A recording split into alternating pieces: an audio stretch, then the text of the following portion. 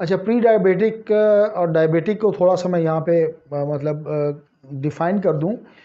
अच्छा, शुगर को मापने के लिए या डायबिटीज़ को डिक्लेयर करने के लिए कुछ टेस्ट होते हैं जो कि ब्लड के थ्रू आप करवा सकते हैं। बड़े इजी टेस्ट हैं, घरों में भी ग्लूकोमीटर के थ्रू हो सकता है, ये लेबॉर्ट्री में आप कर सकते हैं। एक को हम फास्टिंग कहते हैं, एक को हम रैंडम कहते हैं और एक को हम HbA1c कहते हैं।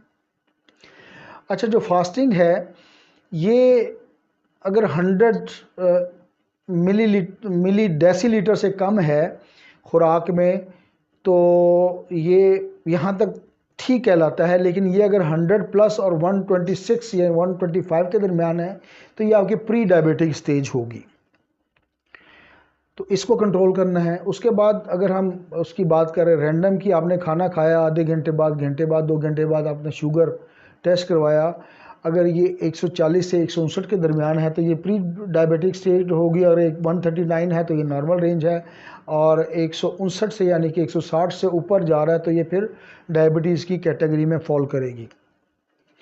उसके बाद आते हैं HbA1c। HbA1c आपके 3 माह की शुगर को रेगुलेट करता है। मैं हमेशा यही टेस्ट रिकमेंड करता हूँ, बहुत ज़्यादा ऑथेंटिक टेस्ट है, अच्छी लेबॉर्ट्री से करवाएं।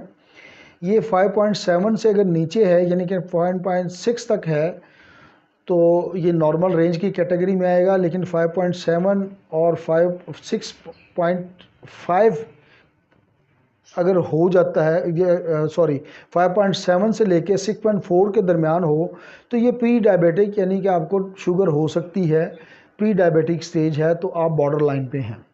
लेकिन अगर जैसे ये 6.5 क्रॉस करता है तो ये डायबिटीज़ डिक्लेयर है।